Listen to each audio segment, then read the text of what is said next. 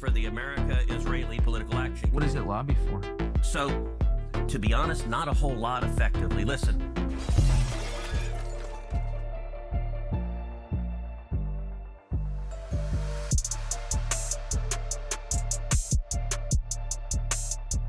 Israel has been one of the most talked about issues in modern politics, but it wasn't always the case. Before October 7th, criticism of Israel wasn't in the Overton window.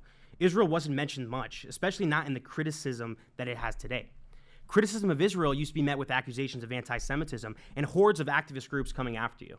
Now, actual anti-Semitism in some cases is cheered on, which is a major problem because it gives fuel to spin artists and propagandists to deflect Israel's crimes by labeling any criticism as anti-Semitic. This change is most seen in the youth, who, on average, are most people using social media platforms like TikTok, Instagram, and YouTube, where criticism of Israel is seen as a litmus test to see if you're establishment or not, if you're in touch with the people. What I'm basically saying is criticism of Israel is mainstream. Regular people and non-political commentators are now talking about this on many levels, not just disliking the campaign in Gaza, but serious questions about Israeli influence in our government. Why do we give Israel such special treatment? And if lobbyists, even if they are American citizens, should be able to be lockstep with the foreign government, lobbying for them and bribing our politicians on behalf for a foreign nation. We have a great discussion for you guys today, and we're a pleasure to have our guest in the studio. John, how are you doing? Thank you, Izzy. It's always a pleasure to be here. For those who don't know, I am John. I am the chief editor here, self-taught, very opinionated, mostly because I see the news every day. So I do have thoughts. Thank you for having me, Izzy. How's it going? Yeah, life's good. You know what I mean? We're having a great day, having a great discussion today. And going off my intro, I wanted to ask you specifically about Sure. What do you think about the regular people, not political partisans or kind of the establishment at me or Like Gen even Pop? general population. What do you think about their criticism of Israel? I would say it's justified, and I would say it's probably been a long time coming because we were talking a little bit before the show had started how it was very easy to be propagandized before, but now with like social media, like you had mentioned, it's so in your face that it's hard to discredit it. You know what I mean? Mm-hmm. So I think it's a good push. I think we should be holding Israel accountable. And what you said about the anti-Semitism is a great point because I feel like now if you criticize the regime, you're labeled anti-Semitic, which is not the case because when criticizing Israel is not criticizing Jewish people, you know? But I also see the flip of that where people lean into anti-Semitism because of that, you know, and I don't think that's correct either. You have to be able to call one out while distinguishing it from the other, you know what I mean? Yeah, I think it's important to be very specific, particularly because, that accusation of anti-Semitism, same as like racism, bigotry in general, is pretty frowned down upon in our populace, especially because I'm a younger guy. I remember being in school, like that was like the number one thing that they would teach you is like not to be racist, not to be bigoted, right. not to be xenophobic, anti-Semitic, whatever. It's a very big thing, and it's a particular thing too because those specific accusations are used in order to have political gain. Because sure. most of the time when I'm looking at those type of accusations, they're politically motivated. They're not motivated based off facts. I agree with that. And like you had said, it's always used to push an agenda, whether correctly or incorrectly, you know? And we need more, what's the term I'm looking for? Is it bipartisan? Like objective, more like objective reporting of things or even of just divulging information. I think it should be way more objective and less subjective and like emotion based the way, because I feel like that's how they push people, you know, whatever side you lean on, they push whatever gets the most emotion and gets the most people riled up, you know? You could see, like, for example, in Vietnam, there was a big push, particularly with young people who were very against the war. And a lot of people attribute that to the fact that it was one of the first televised wars where people were actually at home getting real footage of what war looks like. And now we're in the information age where information can be spread, not the speed of light, but you understand what I'm saying. It's very quick all around the world where people are able to see these types of videos, how war actually is. How much of an impact do you think that has in the way people are? Tremendously, I would say. And I would say that was probably, just from my own speculation, the main driving force into like selling TikTok. And because TikTok, Twitter, Instagram, you didn't see it as much, but you would see live live feeds of like what was happening on the ground, you know, and it was contradicting what things were being told, you know. So I feel like it became a huge problem for the establishment, I guess. I don't really want to use that term, but I think it's a proper term. Yeah. So I feel like they had to correct it, because I remember I would hear one thing on the news and then see like full raw footage of something that contradicts it completely, you know? So it's like, who do you believe, you know? So, yeah. That's a big question too, particularly with like, you know, death tolls and, Right. and kind of on the ground statistics. It's funneled through Hamas, which a lot of people don't take. Discredit because, yeah, right. Exactly, discredit it, or any other things like Israel doing it, where they have their own political motives, where they're not going to tell the truth of certain things. How would you give someone advice in how to actually navigate the political space we have now on the internet to actually get good information? Stay away from Fox. Stay away from MSNBC. Like, you have to find, because the problem with news here is you don't get the news, you get opinions about news, regardless of whatever aisle you're in, you know, whether it's left or right. And you have to see both sides to get the real truth, you know, because if you only see one version that backs up whatever your previous already notion of what it was is, then you're not going to learn anything. You're just going to reinforce misinformation, you know? That's very true, because you're talking about like echo chambers, like you Right, don't want to get caught in exactly. an echo chamber. And it's kind of funny because they thought that with the internet, most people are going to get like super genius levels of information, Right, but- where like people are going to be super But we got logical and echo chambered. exactly. Right, We got right. echo chamber where the For You page is for you. So Right. when you have political opinions, they're going to continue to feed you political opinions, which Right, is right, going right. to get you to pop up. That's how you end up falling down rabbit holes, you know, and 100%. you spiral, and then you become an extremist in whatever side you're leaning towards, you know. And I think to distinguish from that is to see through the noise currently is super hard to get from somebody who works in media, and it's hard to tell because you hear so many. Like you said, we're in the age of information, but I would argue we're more in the age of misinformation, especially with AI.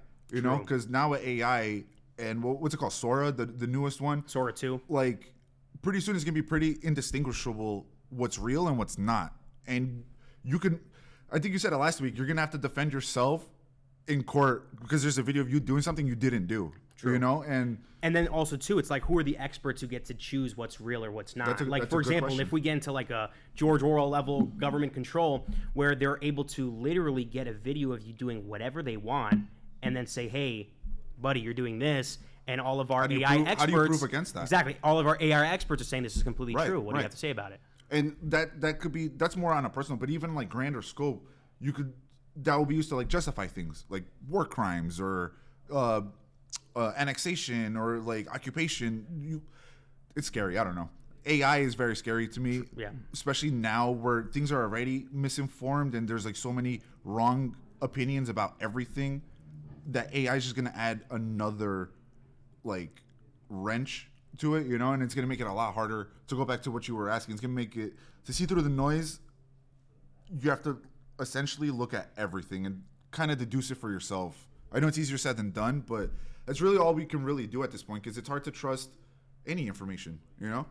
100%. And I think what you said earlier when you were talking about don't watch Fox News or MSNBC, and I think a lot of people agree with that, mainly, and I agree with it too, mainly because there is a special interest group there are many special interest groups all around the aisle, all around politics, who influence media, influence our politicians. How big of an issue do you think this is, particularly in our current media space? Massive, like, because they're being bought essentially. And we were talking a little bit about before about the Pentagon essentially assigning journalists, and like you can only release stories or footage that's pre-approved by the state, and that in itself is terrible because the job of the media is to hold those in power accountable, whether it's your local government or your president, or so.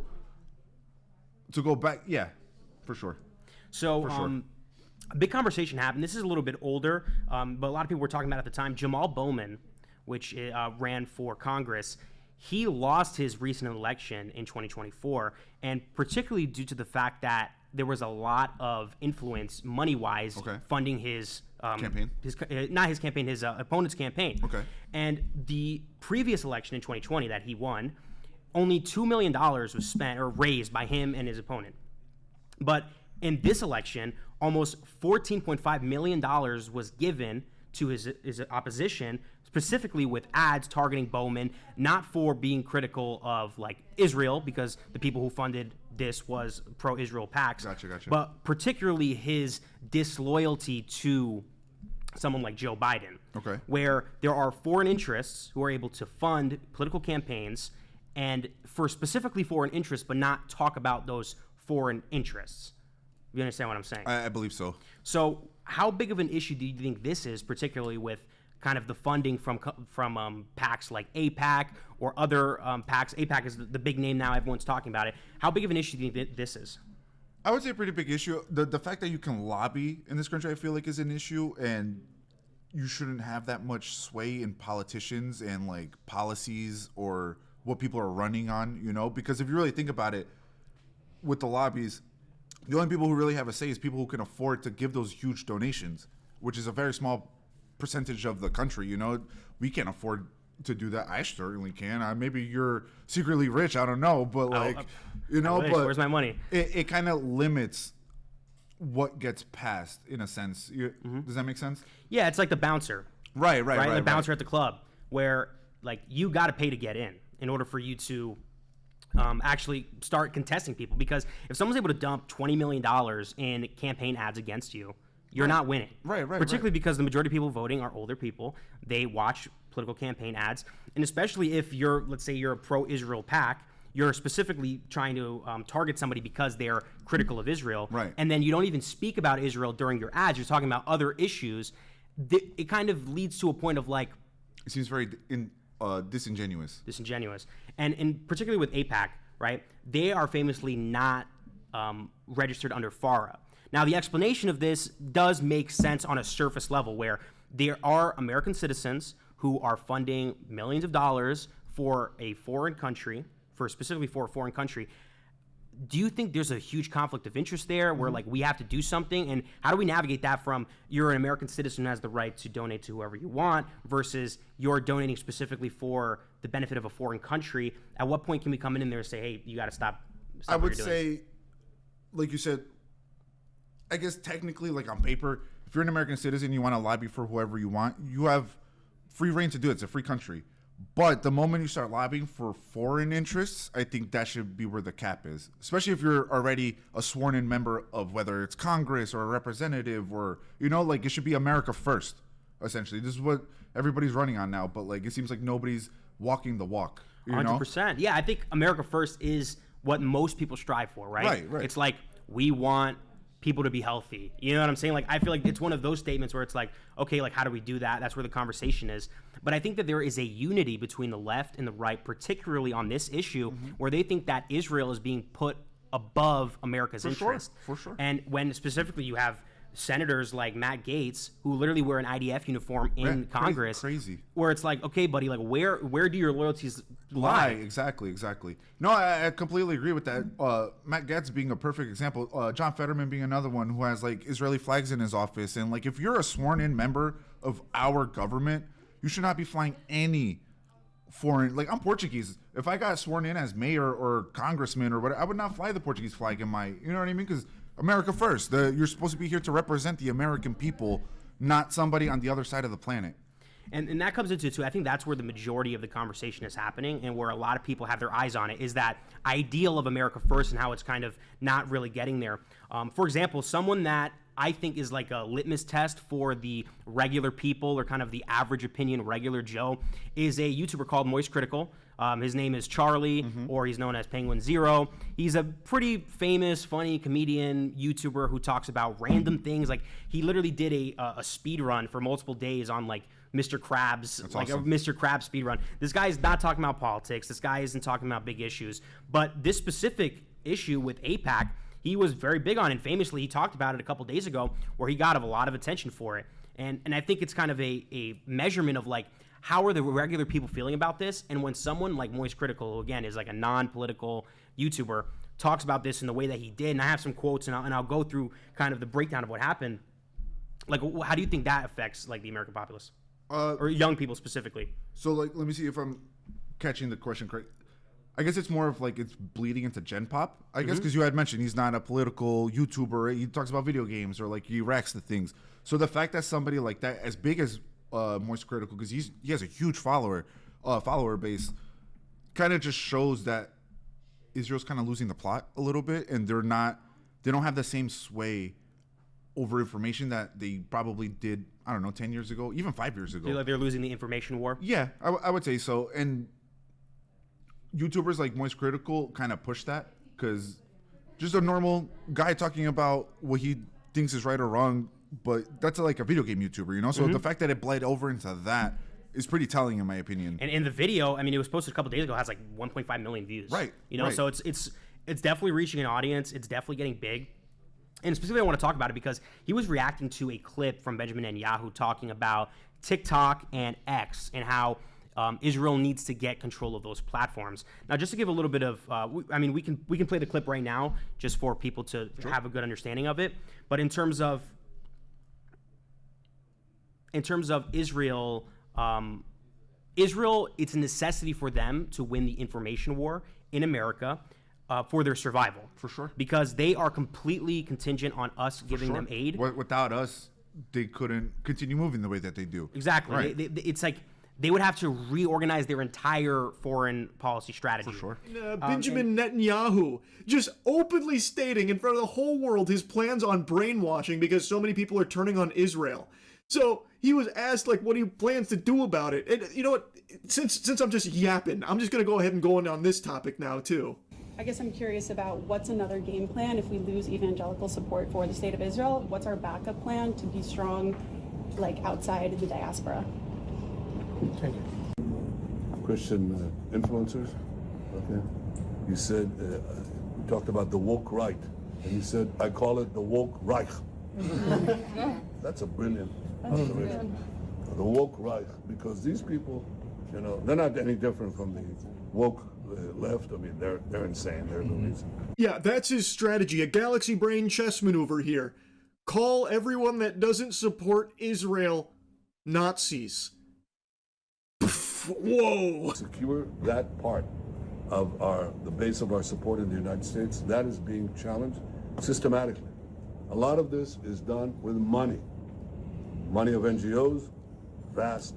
Money of governments, vaster. Okay? We have to fight back. How do we fight back? Our influencers. Like, it's unbelievable. And he's just being, like, super open about it. Like, he is just saying that in front of people's faces, and nobody seems to care. And secondly, we're going to have to use the tools of battle. And the most important ones are social media. And the most important purchase that is going on right now is TikTok. TikTok, number one. And after the clip that you guys just watched, Moist Critical, this is one of the quotes he gave. Benjamin Netanyahu openly stating in front of the whole world his plans on brainwashing people because they're turning against Israel. Right? Scary words. It's very heavy words. He even says this one's a little more vulgar, so I'll just use single letter words. Bleep yourself. Yeah, I'll bleep myself. Our influencers, just in case you forgot, Israel literally pays influencers to S their wieners, and just because they're loyal little lapdogs. Right. You know, and something like this, it's like, I mean, he's being harsh. But that's also like there's no proof of this, but I've heard criticisms and like people saying that like influencers now are getting $7,000 from Israel to push pro-Israeli propaganda. Whether that's true or not, I don't know. But like, just seeing the amount of like copy and paste tweets or like posts that happen afterwards kind of makes me believe like might be true. You know, like you said, you have to control the information wars and you have to win those wars. What better way to do that is with influencers, you know? 100%. He even has a quote here. He says, super weird, by the way, how foreign nations seem to have so much pull over things happening in our homeland. Yeah. You know? Sure. And it's like, that is the essence of America First. That is the essence of this entire movement where people are like, look, buddy, I don't like this this deal we have with Israel, the way we kind of block every resolution in the UN for them, the way that we give them billions of dollars. Yeah. Every year. The way we pass these like multi-year, 10-year like plans where we're going to give them money constantly. And people are tired of it, especially because for sure in America we have so many issues, right? With financial issues, credit card issues, people in debt, literally going into debt to pay for pizzas. and then we're giving constant money to Israel. And of course, it's not a 1-1. It's like we're going to take this money from Israel and give it to poor people. But it's kind of the message of it. But it's where the money's being allocated. 100%, because it's like this, right? During the French Revolution, I forgot Brunette. I forgot the lady's name, which is like let us eat cake, right? That lady, Marie Antoinette. Marie Antoinette. The biggest issue was that she was saying let us eat cake, and she didn't really care what was happening, and she's out of touch. Yeah, exactly. That's the biggest thing. Where it's like I said in the intro, it's the litmus test for regular people to see whether or not you're in touch with the people, or if you're establishment. And I think that's a good thing, because I think it's one of the biggest issues that's happening right now, just to reflect that. Yeah, I agree. And I think it is a very good litmus test to see whether, I mean, I guess also too, because you could be a litmus test to see if you've been propagandized or not, you know, because like, regardless of what side you fall on, if you just run with whatever you're being told without fact checking, without doing at least a little bit of research, then you're doing yourself and everybody else a huge disfavor. At least an understanding of the counter argument. Right, exactly. It's like if I'm with anything, right, you need to look at the counter arguments for it. And see whether or not your logic even makes sense up to any kind of scrutiny. And I think that's the biggest issue. And you have to be open to being countered and 100%. being criticized, especially if you're wrong, which... Have your convictions shattered a little bit. There you go, exactly. But yeah, I agree completely. He even spoke about Ted Cruz, which had a big interview with Tucker Carlson where he looked pretty bad, and a lot of people were kind of criticizing. I feel like Ted Cruz always looks bad when he publicly speaks. That's a very fair point. So, for example, this was a quote that he was reacting to that Ted Cruz talked about in the interview with Tucker Carlson. And this is verbatim what he said, and he also backed it up too multiple times, so he didn't run away from this. I came into Congress 13 years ago with the stated intention of being the leading defender of Israel in the United States Senate. So I've never taken money from the Israel lobby. Have you? Taken money from the Israel... From AIPAC. So AIPAC raises a lot of money for me, but it's actually a misnomer because the people who raise money are individuals. Right. So it's not the PAC itself, but they're individual members who believe in the American-Israeli friendship and relationship. Is AIPAC a foreign lobby? No, it's an American lobby. It's the AIPAC stands for the America-Israeli Political Action Committee. What does it lobby for? So, to be honest, not a whole lot effectively. Listen, I came into Congress 13 years ago with the stated intention of being the leading defender of Israel in the United States Senate. Great. And I've worked every day to do that. What do you think about that quote? Should be impeached. Should be impeached? Yeah. Treasonous? I would say it's treasonous. Yeah, because you're putting a foreign nation's interest above your own constituents and your own people in your own country, you know? So, like, 100% I would say that's treasonous. Going back to what you were saying about, like, France back in the day, if you said something negative about the Kingdom of France, you were like, oh, like, I'm here to show the interests of England, you'd be decapitated, you know? Like, yeah, literally, it's like you're a traitor. Right, like, exactly. And Moist Critical, he said, I don't know how this is not treasonous. I'm just going to say it. I don't get how this isn't full-blown treason. And treason is, from my understanding, is the death penalty, is it not?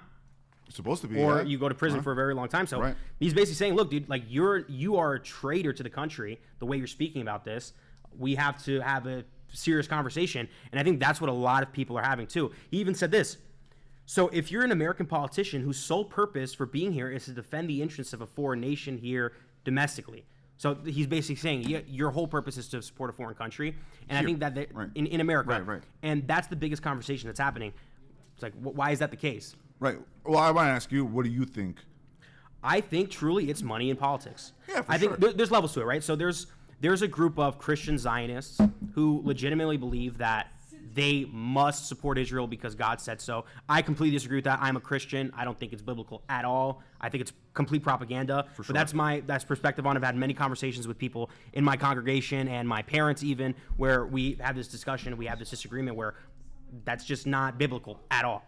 And then another thing too is the amount that AIPAC endorses. Like, for example, AIPAC supports 361 candidates in the 2024 election. And it's the majority, obviously, because there's 535 seats. 64% of the entire body is supported by AIPAC. Yeah. Right? Not surprising. And if we increase that to just pro-Israel donors, you want to give me a guess how many? What percentage? 81. 94%. Oh, okay. I was off. So when that's the case, when the majority of American Congress is being funded by pro-foreign country, because it's not even just about Israel. Because if we're Right, talking about Brazil, whatever country it might be. Portugal, Right. China, Right. this should be the biggest Right. issue. I mean, if AIPAC was Russia PAC or whatever, there'd be outrage everywhere, you know?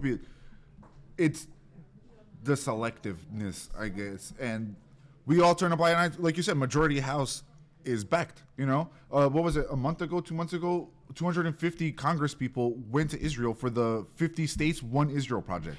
And the biggest problem with that is that you're doing it at the time where you're supposed to go back to your hometown, Right before a speak shutdown. to your constituents, right before a shutdown, and you're going to a foreign country And to even, get even propaganda. just the title, 50 states, One Israel.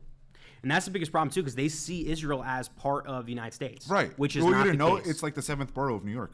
Literally, and that gets to our next topic. I know you wanted to talk about this specifically. If you wanted to give a good conversation. Well, you're talking about the New York mayoral race, right? I think that is the most blatant, in-your-face, like example of AIPAC funding things, because it was when all four were still running: Cuomo, Mamdani, Silva, and I forgot was it Adams? I think Adams might have still been. I'm not sure, but Regardless, I would assume so. They asked Mamdani a question about Israel because I feel like that's their trump card against him. They always bring it up against him. And he was the only one out of the four to say, I'm going to focus on the Jews here in New York, where everybody else is like jumping at the chance to be like, oh, well, I'm going to go to Israel. Well, I've been there 2 times. Well, I have a summer home. Not to even mention that, like and we can play the clip here too, because I think it's pretty important to watch the full clip. First visit, I would visit the Holy Land. Mr. Cuomo? Given the hostility and the anti-Semitism that has been shown in New York, I would go to Israel. Mr. Tilson, where would you go? Yeah, I'd make my 4th trip to Israel, followed by my 5th trip to Ukraine, 2 of our greatest allies fighting on the front lines of the global war on terror. Mr. Mamdani? I would stay in New York City. My plans are to address New Yorkers across the 5 boroughs and focus on that. Mr. Mamdani, can I just jump in? Would you visit Israel as mayor? I've said in a UJA questionnaire that I believe that you need not travel to Israel to stand up for Jewish New Yorkers.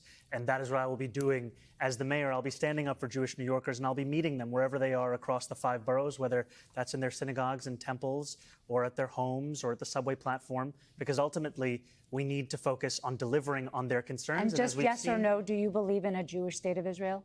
I believe Israel has the right to exist. Not as a Jewish state? As a state with equal rights.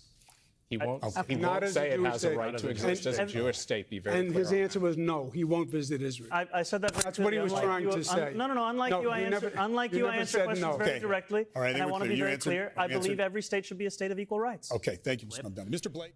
The way that they jump Right, at exactly. him, and they're like, my, dude, he said it. but Like, we're coming after him. my main issue is like, why is that even a question for the mayor of New York? Very You know, true. why does the mayor of a major city here have to show any kind of affiliation to any other country? You know? Or promise that they're going to go to any other Right, country. right. When it's like, no, you're the mayor of New York. Right, Okay? exactly. Your focus should be on New the York city first, and the people. New York first, Right, right. America first. Like, that should be your goal. And even if you're not like a state, I don't know if status is the word. I don't think that's the word, but like you're very loyal to your state, and you're like, I'm New York first. Like, even that's preferable than America first. I mean, even that's more preferable than Israel first, which we Right. see because, like I said, the way that they jump at him, and they're like, Right, they it's use like a it dog. as It's like a their dog gotcha. seeing meat. Yeah, It was their gotcha. You know, like, oh, he's not. And ironically enough, I feel like that's what's going to win him the election, regardless of whether you think he's the right candidate or not. It's the reaction that people are having because people believe he's for the people and like he cares about New Yorkers and like he's the only one not answering the stupid propaganda questions. You know, 100%. It's like the populism. Right, Right. right. It's like, are you a populist? I think that's what's very big right now in the United States, and you could see it too. Like, how did Donald Trump win? He was a Right. populist. Same vibe, right. The reason why Donald Trump was different is because when he hopped on that debate, he said, I think it was to was it Bush. Ted Cruz? He's No. so ugly. No, yeah, that too.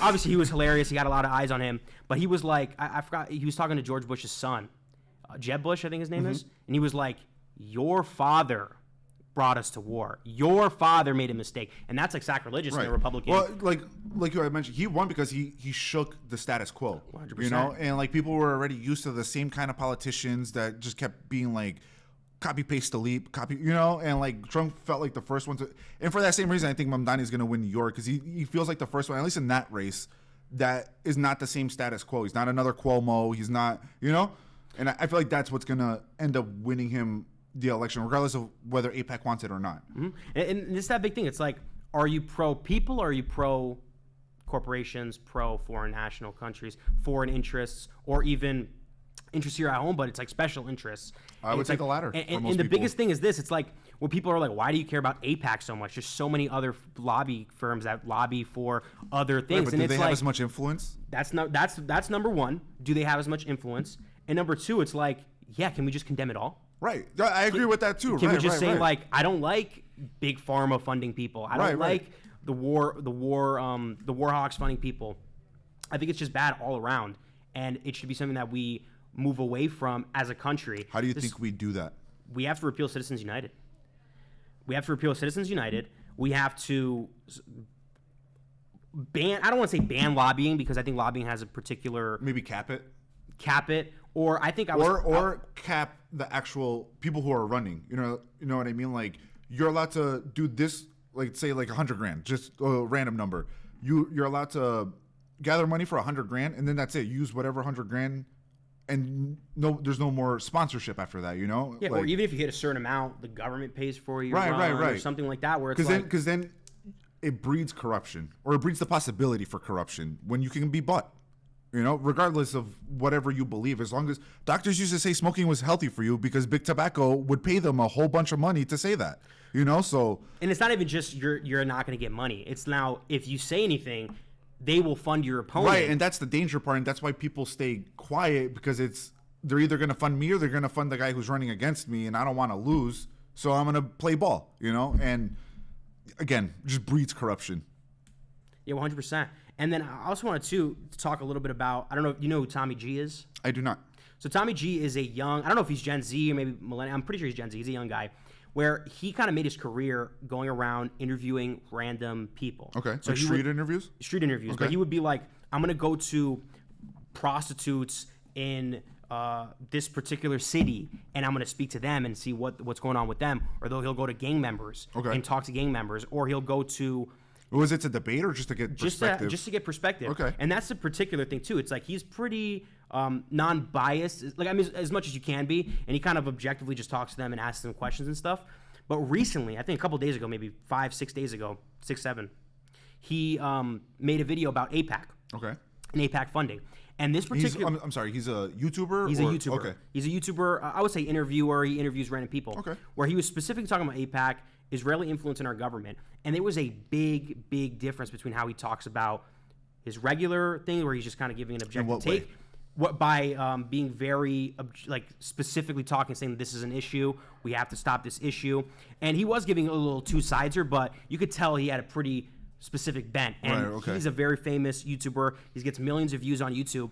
And you go into the comments, and everybody is supporting it. And I think that is a big thing too, where it's like any comment section you go on, they're talking about this issue, and they're talking about it very passionately, and they're not taking the kind of propaganda that used to work now. And it's like, how radically does this change American politics? Not specifically with this issue, but in general, where people are now like demanding like answers and being more vocal about what they're going on. That's a good question. It makes me hopeful, that people are finally trying to keep people accountable or asking questions that previously would not have been asked, or people would have just brushed under the rug or whatever. So I would say it's hopeful. We just have to see how it goes, because then the issue is bad faith actors, can come in at any point, regardless of what side it is, and start pushing misinformation on one side, or take it to a whole extreme, and then it loses its merit. You know what I mean? Going back to what you were saying about like anti-Semitism now being pushed just to criticize whenever you criticize Israel, but then people also criticizing Israel and then falling into anti-Semitism. You have to have that balance, and I don't know, it's rough, but it does make me hopeful that people are at least asking questions. 100%. And critical questions. Yeah, true. And I think asking questions is a good thing overall, no matter how the question is answered or asked or whatever. Right. I have a science brain. You have to ask questions. It's the only way you evolve. It's the only way you grow. It's the only way, if you never looked up at the stars, we wouldn't be here. 100%. And I think you said something good where it was like, it breeds anti-Semitism. Yeah. Where I think the biggest thing breeding that is kind of the attempt to put the toothpaste back in the tube. Right. mass censorship. Particularly right now, we could talk about TikTok. Sure. But there's an issue with trying to censor opinions you don't like, and it kind of having that Streisand effect where it gets even bigger. Mm-hmm. And you could see this, like, for example, someone like Nick Fuentes, who is, like, I would say legitimately anti-Semitic. Yeah, someone I would who say- a I would lot of say so, people, I mean, he's legitimately racist. Yeah.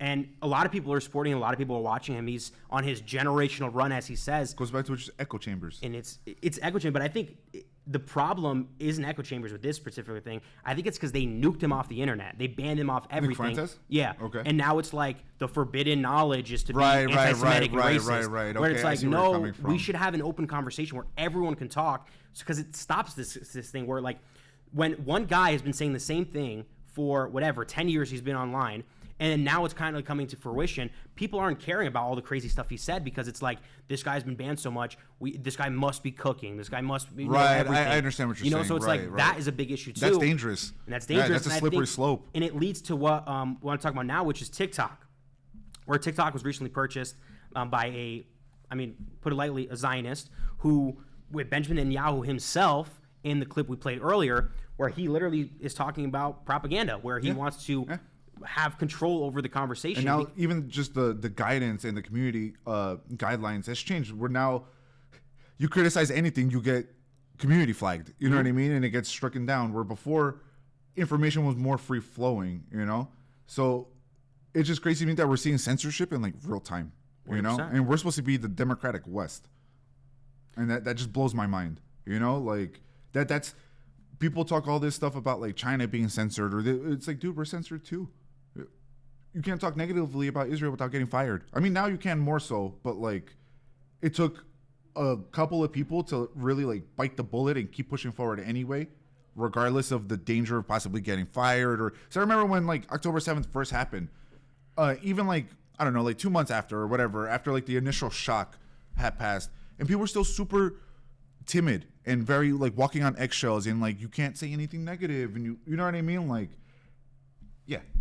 Yeah, I think that's one of the biggest issues almost in any regard, any conversation, is the hesitancy to speak your mind. Right. And when it's not even just hesitancy, it's like you will get fear, exactly. Whenever the toothpaste comes out the tube, you're never getting it back in. For sure. And now people are double as radical because you wanted to stifle what they were saying before. And now it's like, now I don't believe nothing you're saying. Right. Anything you say out of your mouth, I don't believe. And I'm kind of at that wave too, where it's like, whenever the government starts saying something, my immediate response is like, I need proof. I'm not just going to take your word for it. And that's built from... That's how you should be thinking. But that's how it should be. But it's a natural thing now because we're forced to have that. I would say overall that's a good thing, because I'm glad, because I remember growing up during like in the early 2000s, and like all the propaganda would come out and people were just blindly following whatever was being told, you know, about like the war on terror, which to be fair, on one level it was, but it was really like we wanted oil, you know, and that's why we went to the Middle East originally, you know.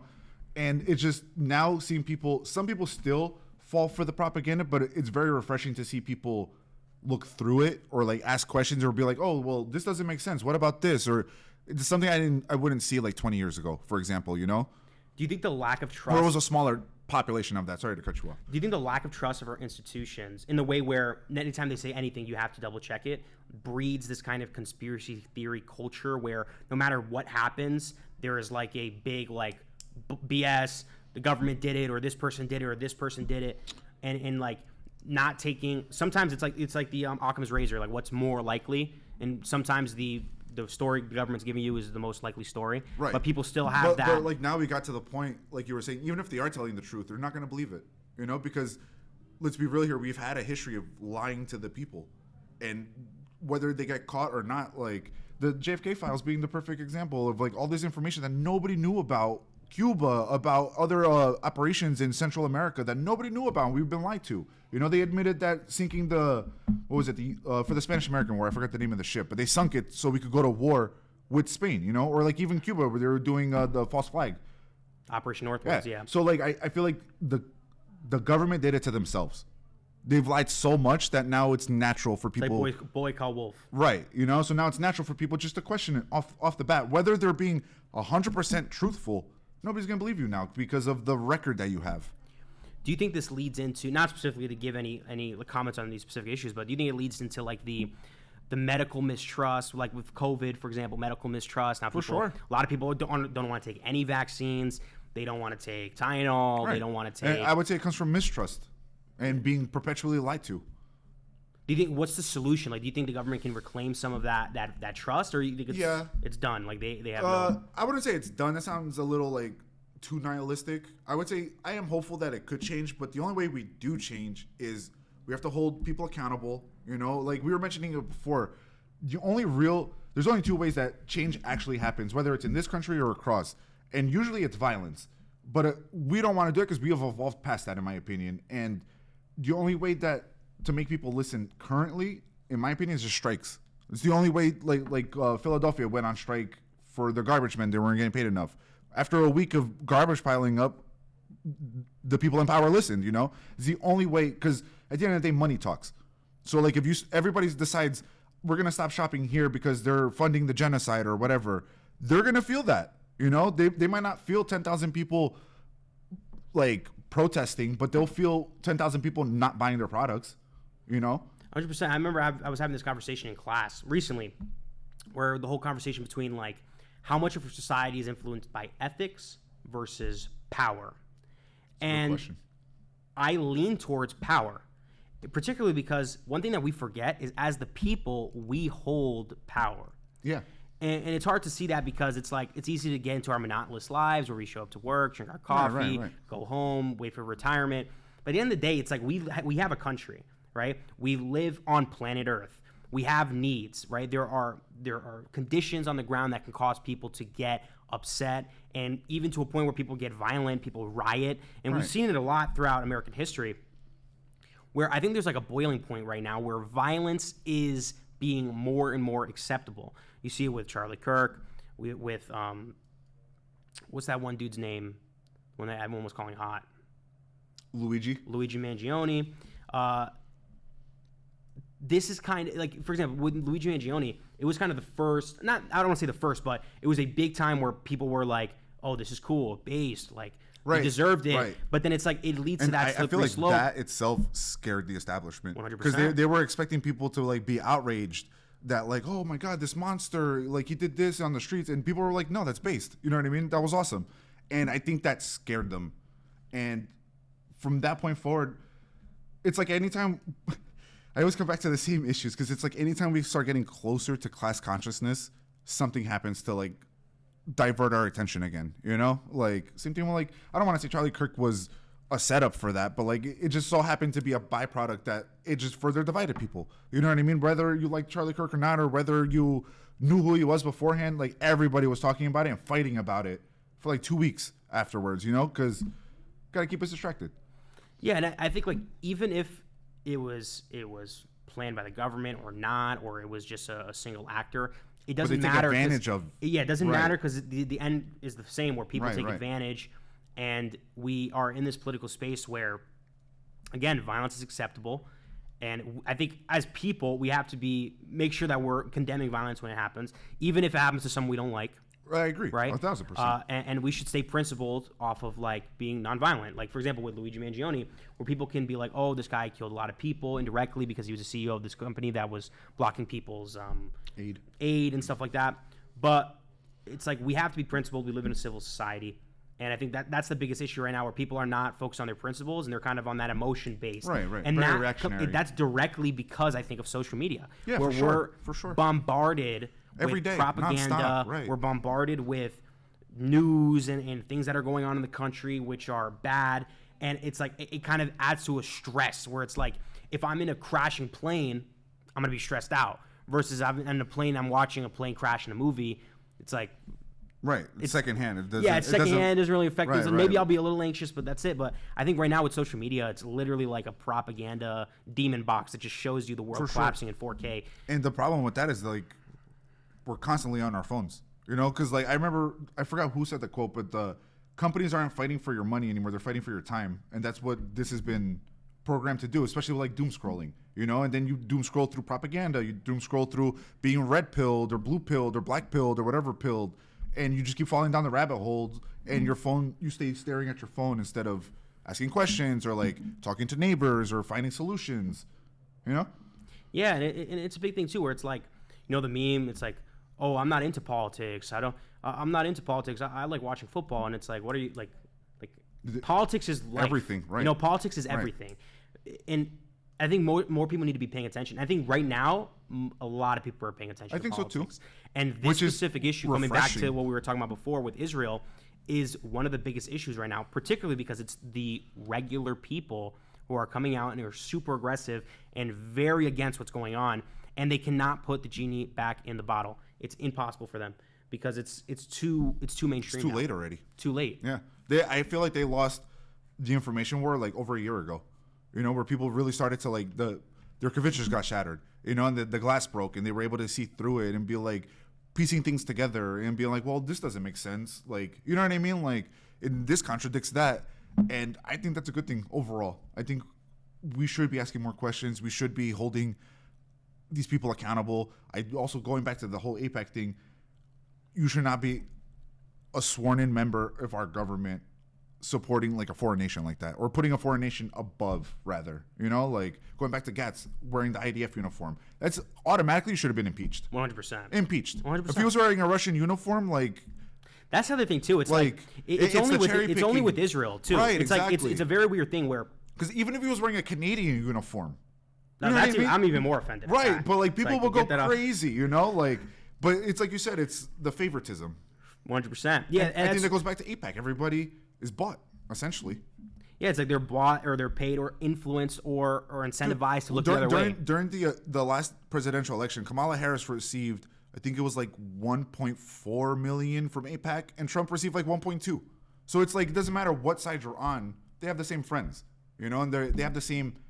It's the uniparty, right? Like I had mentioned last week, like they argue about superficial things, but they agree with the core aspects of it, you know, like always going to support Israel, always going to support arms deals, always going to support prison industrial complex, always going to support big pharma, and they just argue about superficial things. Yeah, it's like for example, like if we bring it to like the trans issue, right? They are a 0. whatever percent of the population. People get mad when I say that's not a real issue, because they also take it out of but it's like, dude, it's, like you said, 0. something percent of the population. For it to be this blown up that every politician's talking about it constantly every day, you know, like it's a psyop. Right, it's exactly. And it's like two things can be true at once. You can bring up an issue that's important to some people, and I can agree with you, but if we're constantly bickering over stuff that, as you said, doesn't matter, or things that are really only there to divide us, right? And that's what's the purpose of our politics? Because it's like we created our country in a way where we have to come to a conclusion and fix the country together, left and right. Even though, like the founders of our country, the people who wrote the Constitution, didn't want factions. Like they were talking about Federalist Paper 11, where they didn't want factions. They wanted to stop that. And we're at a point where we're two huge factions, Republican and Democrat. But we have to understand that we are the people of the United States. Exactly. Right? We are here together. Because at the end of the day, people want clean place to live. They don't want crime. They want a good job. They want to be able to put their kids through college. And we're failing on almost every level. All of it, yeah. Crime is out of control. People are not being able to afford their bills. People are going into debt to buy freaking hamburgers from McDonald's. What is the purpose of our government? Is it just organizational, right? Just to organize and be like, you do this, or is it to better the American people? And I think that's the consciousness. That's the question that most people are asking themselves, and starting to see that their politicians are not on the same wavelength. They're not here to make America better. They're here to line their own pockets, and they're here to push their specific agendas, which could potentially help the American people. Right, but it won't help the American people if it doesn't help them first. You know, and like they won't push anything that doesn't help them immediately first. You know, there's a statistic that I'm not gonna be able to quote it word for word, but it's essentially that regardless of how popular a position is, it has the same chance of being passed into law. Right. Right? And that's insane to me. And I think another big issue too is these super bills where they kind of just shove everything in there. Like Big Beautiful Bill. The Big Beautiful Bill, quite frankly, biggest bill. Like that's a big issue. It's like, bro, why? Such a goodie. It's like why are we dumping a bunch of stuff into a bill? That 100-page bill where they're supposed to read it I think in a couple. They're supposed to read it. Honestly, this is just me with my own conspiracy theory brain. I think it's so people gloss over things. You know what I mean? Like I think so too. And like you miss out on the smaller fine print of things. You know what I mean? It's like, oh, the Big Beautiful Bill and has all this, but like we're not gonna like point out that you also lose this in the process, or you know what I mean? Like just generally. Yeah, I mean, I think that's exactly what it is. And the question is like, how do we fix that? Do we tell them, hey, you have to vote on one thing at a time? And then it completely fills up the process where it's like they're taking forever to do their work and they're not voting on certain things, or they're like delegating and debating over one little thing and it takes forever. Or do we have it so that it's like you have to have things that are connected, right? So it's like I guess it'd be like a happy middle ground, I guess, would be the ideal, because both the current one doesn't work and then doing it one by one too is too slow for it to be effective. Can we just freeze their bank accounts until they make a decision? Honestly, I think that's like you're joking, but that's probably the best way to really see things. I think so too. You know, like same way where like people talk about police brutality and like how do you stop police brutality? You go like when like because if somebody does a claim against the city pays for it, don't do that. Have the cop pay for it out of his own pocket and watch police brutality start to drop because it's coming out of their pockets and their pensions. And it should be the same for our Congress and our other political leaders. Like they're out of touch because whether they do good or bad, they're not being affected monetarily. I don't know if I agree with that. Well, I agree with what you said overall. The specific thing with the cops, I don't know if I agree with that just because it'll make cops not scared to like do anything. But what I'm saying, it would make them scared to like, because not to really say abuse somebody, right? Because I'm not yes. saying like all cops abuse people, but like when you do catch those cases and like people are wrongly arrested or whatever, and they sue the city pays for it, and the cop gets transferred to another location, or That's you another know, thing. instead if it came out of his pension, he wouldn't do it anymore. Yeah, I would say like remove qualified immunity. Right, Get exactly, rid of that, exactly. And put these cops in jail. If Right, they're right. if they're assaulting somebody, And- they should be and it charged should be with the assault, same- double charge. Should be the same with our politicians. You know, if they're selling out our constituents and other people because they got paid to push this or that, treasonous. You know what I mean? Yeah, You're I going against the American people. Yeah, it's like I don't think politicians should be able to hold like stocks. Agreed. Right? Like Elizabeth Warren has been unknownly, like everybody knows, but nobody really knows that she inside trades all the time, and just nobody calls her out. But then it also goes back to monopolization and like look at all these like Disney owns like 60% of all media, and there's laws in place to stop monopolization, but nothing gets enforced. So how do we get them to enforce it is the question, you know? I don't know, maybe Because like the laws are there technically on paper already instilled to hold people accountable and make sure they're not abusing things. It's just we ignore it. do we have just like a Senate filled with like philosophical Right, but I don't think that would get Supermen anything. who just like people, know everything. People who think too much don't get anything done. True. You know, like it has to be a happy mix. You can't have Yeah, one 100%. like I'm a leftist, but like I also know like a full socialist system would never work. You know what I mean? Like it has to be balance. Balance is the key to life. Balance is all things should be. Yeah. Thanos quote. Huh? Yeah, I think 100%, and that's probably the biggest issue because we're incentivized to fight. Right, exactly. Fighting gets views. Right, exactly. Right? If I was here the whole time, we can even do a little fake We were yelling even- match. we were even we joking can about even it do a before. fake little yelling match. It's Right. like, I hate you. What are you even Right, talking right. about? Like we can even throw one of those in there just to get people to watch the video. Right. Very but it's manipulative. 100% incentivized for us to hate each other, us Right, to right, curse at right. each other and say you're evil for this opinion Right. and I'm evil for this opinion. It's like incentivized, so people are their eyes are on it. And maybe it's not. Maybe it's a human issue, right? It's a part of the human condition that it's like It's a good point. aggression and like problems Is make it the people want human to watch. issue, or is it how we've been bred and like I think it's programmed? I think it's a little bit two. of both, maybe. Yeah, I think it's a little bit of both. It's like Because like look at us, left, right, and we speak. We communicate. Like we might have differing opinions about things, but like there's no disrespect. Like we hear each other out, and I feel like that's what we need now.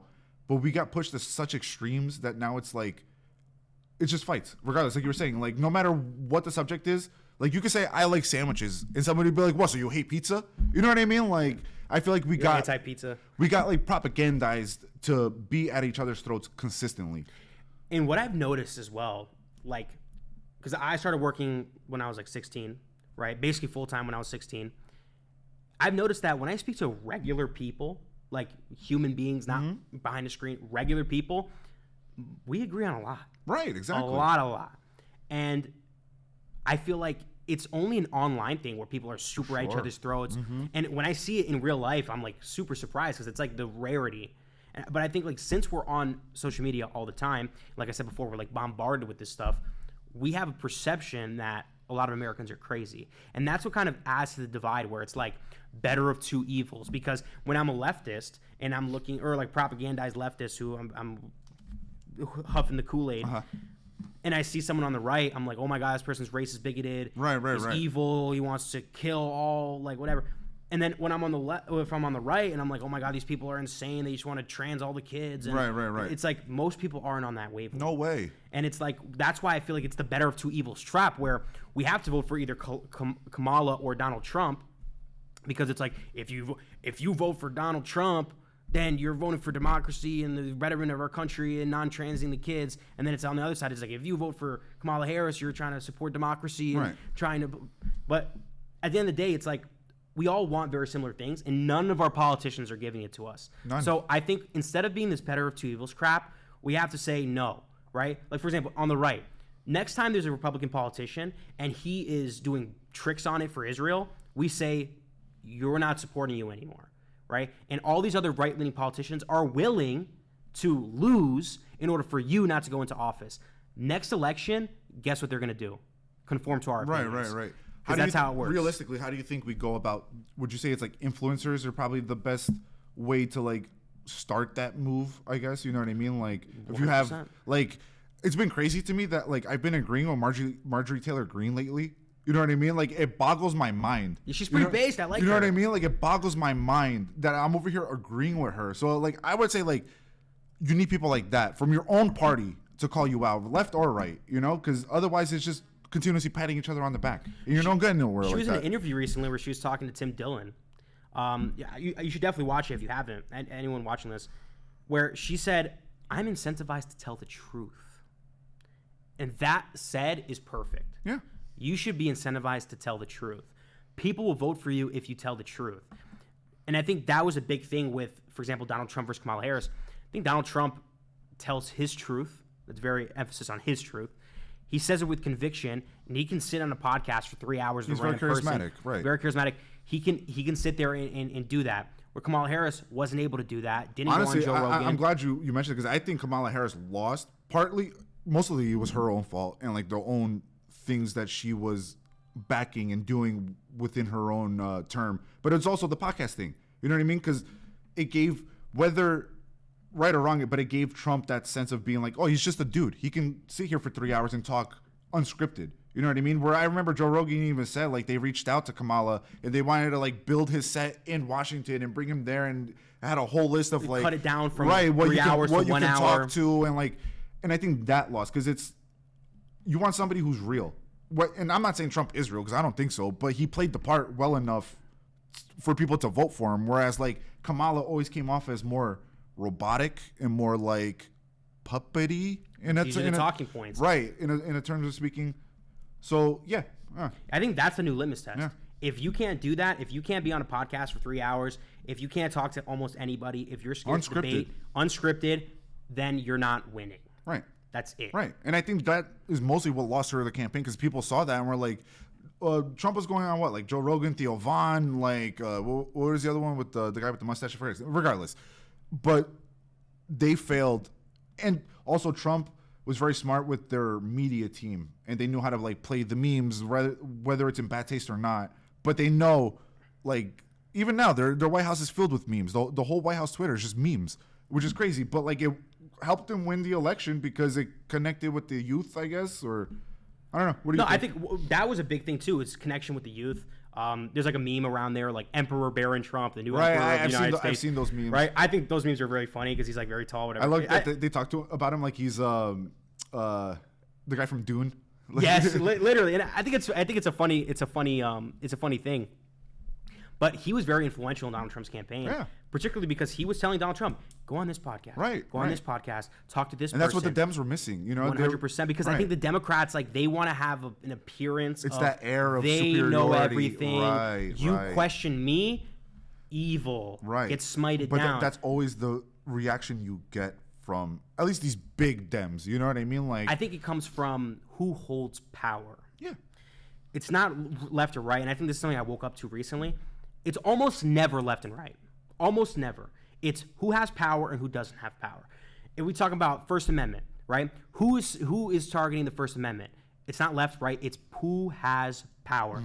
When the social media platforms were out there censoring right-wingers, why were they doing that? Because the left had institutional power. Not even just Donald Trump was in office 2016 to 2020.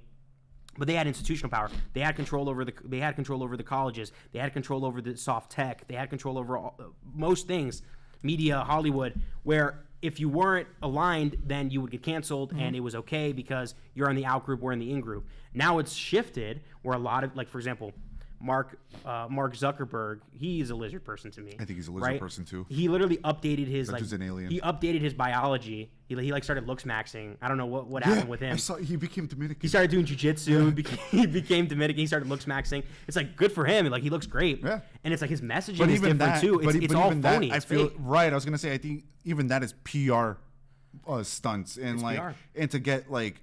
Oh no, he's cool. You know what I mean? Like he's cool. Would you rather hang out with Elon Musk or Zuckerberg? You know what I mean? Zuckerberg's a bro. You know what I mean? Like I feel like it was kind of that. Yeah. Have you seen the video of him putting barbecue? You're talking about barbecue? No, I haven't actually. Dude, that video is like, dude, like, are you human? He's talking about barbecue. It's like, a special hot raised barbecue. Do you remember when he was in the court hearings, drinking water, and dude, super. but it's like, but that's kind of the whole thing where it's like, that is a new standard, right? Or back to what I was talking about before with censorship, right? He's cool now, right? So now he's not censoring right wingers. You could even argue that in itself could be seen as censorship. You know what I mean? In a sense, because now he's cool. So now what he says goes, whether it's good or bad. That's a big thing too, where it's like, who makes the conversation, right? Like for example, with something like with Israel, if they come out right and they're right wing, a big example is someone like Ben Shapiro. Okay. Right? When Ben Shapiro talks about criticism of Israel, he's very specific. He says you can criticize Israel because you don't want to give money to any foreign country, right? And the reason he banned Candace Owens was because she said, I don't want to fund Israel because what they're doing in the Gaza Strip is evil. Right. There's a big difference there. There's a difference between I'm a conservative who doesn't like giving money to foreign countries, right, blanketly to everyone, and then there's I don't want to give money to Israel. Do you think it was because what they're doing? She introduced a moral implication. Do you think that's probably why? She said I just had a kid.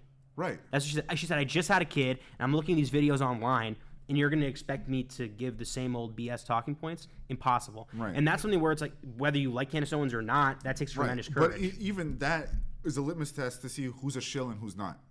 Because Candace Owens, I used to think she was kind of a shill. You know what I mean?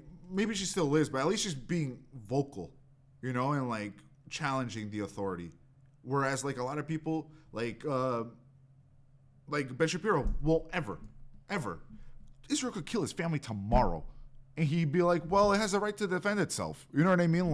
I think that's where you can see the disparity between who's, like you said before, establishment or for the people. Yeah. Well, I think Ben Shapiro particularly is Israel first. For sure. There was a quote of him where he literally said, the number one thing that's continuing my support of America is their support of Israel. Yeah, you can't get more Israel first over America first than that. That is a blatant anti-American. And this is the thing too that a lot of people don't talk about right now.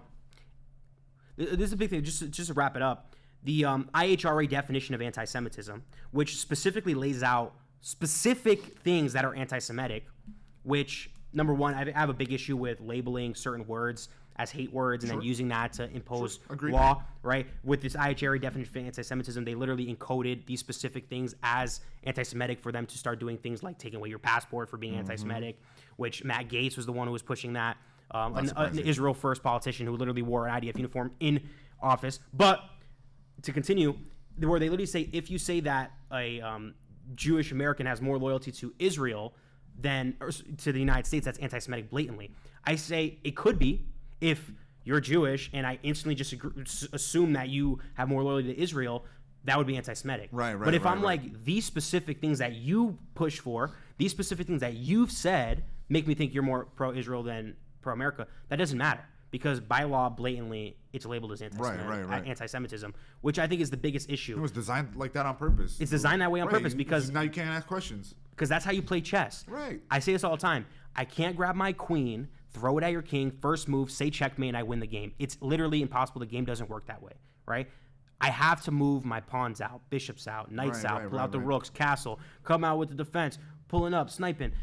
That's how you do it. And the way they come and they take away your rights for freedom of speech and any other rights, freedom of the press, is by saying this is a threat to national security. Right.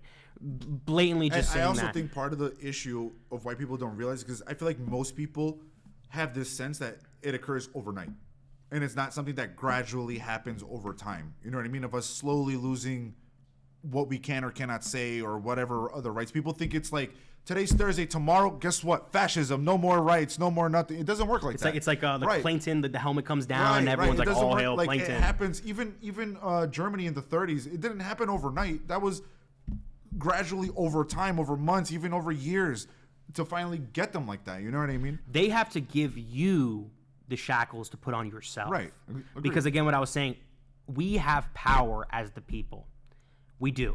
We just don't know it. And when you forget it and then when you don't know it, that's when they can come in and start defining things, labeling things. That's why I always say constricting your rights. I always slowly. like watching like the amendment guys on YouTube, because they say it best: if you don't know your rights, you're gonna lose them. Use them or lose them. Use them or lose them. And that's. And like you said, it's like the frog in the boiling pot analogy. Right. Right. You get a boiling pot, you throw a frog in it, he jumps right out. You get a nice cool bucket of water. Even notice. You put it in there, you slowly turn it up. He doesn't notice until he cooks and kills himself. Yeah.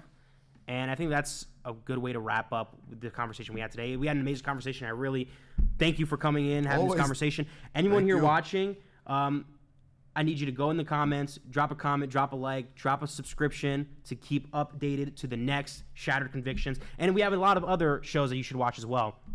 Thank you so much. Bye-bye.